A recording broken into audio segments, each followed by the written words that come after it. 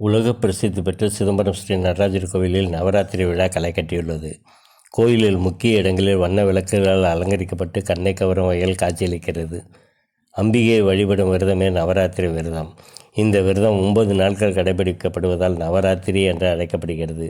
அம்பிகையை முதல் 3 நாட்களில் துர்க்கையாகவும், இரண்டாவது 3 நாட்களில் லட்சுமியாகவும், கடைசி 3 நாட்களில் சரஸ்வதியாகவும் பூஜை செய்யப்படுகிறது. ஆண்டுதோறும் உலக புகழ்பெற்ற சிதம்பரம் ஸ்ரீ நடராஜர் கோயிலில் பிரம்மாண்டமான கொலு வைப்பது வழக்கம். நடராஜர் கோவிலில் 21 படி அருகே உள்ள சாமி அலங்கார மண்டபத்தில் சுமார் 4000க்கும் மேற்பட்ட பொம்மைகளை வைத்து மிக பிரம்மாண்டமான கொலு வைக்கப்பட்டிருந்தது. 22 அடி உயரமும் 21 அடி அகலத்திலும் கொலு பொம்மைகள் வைக்கப்பட்டிருந்தது.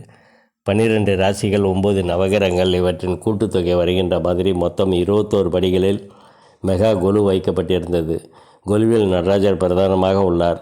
மேலே உள்ள முதல் படியில் விநாயகர், முருகன் உள்ளிட்ட அனைத்து கடவுள்கள் பொம்மைகளும், அதற்கு அடுத்தாற்போல் அனைத்து ஜீவராசிகளும் வரிசையாக அடுக்கப்பட்டிருந்தது. கொலு பொம்மைகளை சுற்றி வண்ண விளக்குகளால் அலங்கரிக்கப்பட்டிருந்தது. இந்த பிரம்மாண்டமான கொலுவை கோயிலுக்கு வரும் ஆயிரக்கணக்கான பக்தர்கள் கண்டு களித்து ரசித்து வருகின்றனர்.